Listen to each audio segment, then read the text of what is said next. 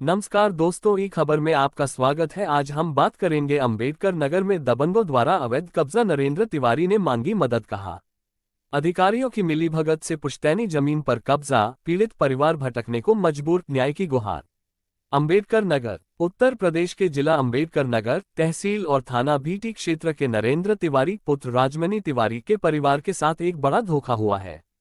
परिवार का कहना है कि रूबी नाम की महिला ने अधिकारियों और प्रधान की मिलीभगत से उनकी पुश्तैनी जमीन गाटा संख्या 79 और 80 को फर्जी तरीके से अपने नाम करवा लिया।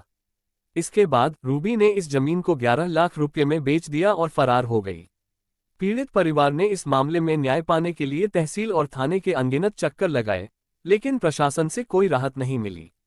जब वे पुलिस में शिकायत दर्ज कराने गए तो उनकी रिपोर्ट दर्ज करने की बजाय उन्हें भगा दिया गया।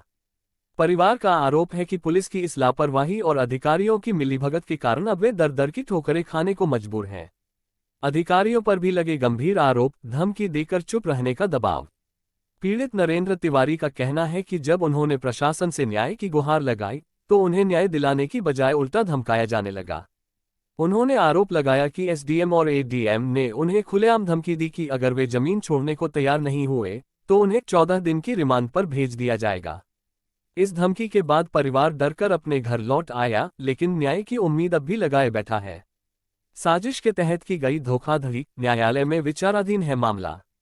परिवार का कहना है कि यह सिर्फ जमीन हड़पने का मामला नहीं, बल्कि एक बड़ी साजिश का हिस्सा है। रूबी नाम की महिला को अधिकारियों और प्रधान का पूरा संरक्षण प्राप्त था, जिसके चलते उसने इस जमीन का फर्जी दस्तावेज तैयार करवा लिया और उसे बेच दिया। पीड़ित परिवार ने स्पष्ट किया कि यह मामला न्यायालय में विचाराधीन है और अगर इस पर जबरन कब्जा हुआ तो यह न केवल न्याय प्रणाली की अवहेलना होगी, बल्कि गरीब और कमजोर परिवारों के हक पर भी डाका डालने जैसा होगा। पीड़ित परिवार की मांग: 1. उनकी पुश्तैनी जमीन वापस उनके नाम दर्ज की जाए। 2. अवैध कब्जा करने वालों और अधिकारियों की मिलीभगत की उच्चस्तरीय जांच कराई जाए। 3. रूबी के खिलाफ कठोर कार्रवाई हो और जमीन की खरीद फरोख्त को अमान्य घोषित किया जाए। 4. पुलिस और प्रशासन की भूमिका पर सवाल उठाए जाएं और दोषियों को सख्त सजा मिले। न्याय के लिए सरकार से लगाई गुहार। अब पीड़ित परिवार ने मीडिया और सरकार से मदद की अपील की है। उनका कहना है कि अगर जल्द ही उनकी जमीन पर न्यायिक कार्रवाई नहीं हुई तो वे मुख्यमंत्री योगी आदित्यनाथ और प्रधानमंत्री नरेंद्र मोदी तक अपनी बात पहुंचाएंगे। अब देखना ये होगा कि प्रशासन इस मामले में क्या कदम उठाता है, या फिर पीड़ित परिवार इसी तरह इंसाफ के लिए भटकता रहेगा। तो यह न केवल न्याय प्रणाली की अवहेलना होगी, बल्कि गरीब और कमजोर परिवारों के हक पर भी डाका डालने जैसा होगा।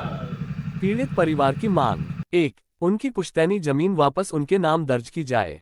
2. अवैध कब्जा करने वालों और अधिकारियों की मिलीभगत की उच्चस्तरीय जांच कराई जाए। 3. रूबी के खिलाफ कठोर कार्रवाई हो और जमीन की खरीद फरोख्त को अमान्य घोषित किया जाए। 4. पुलिस और प्रशासन की भूमिका पर सवाल उठाए जाएं और दोषियों को सख्त सजा मिले।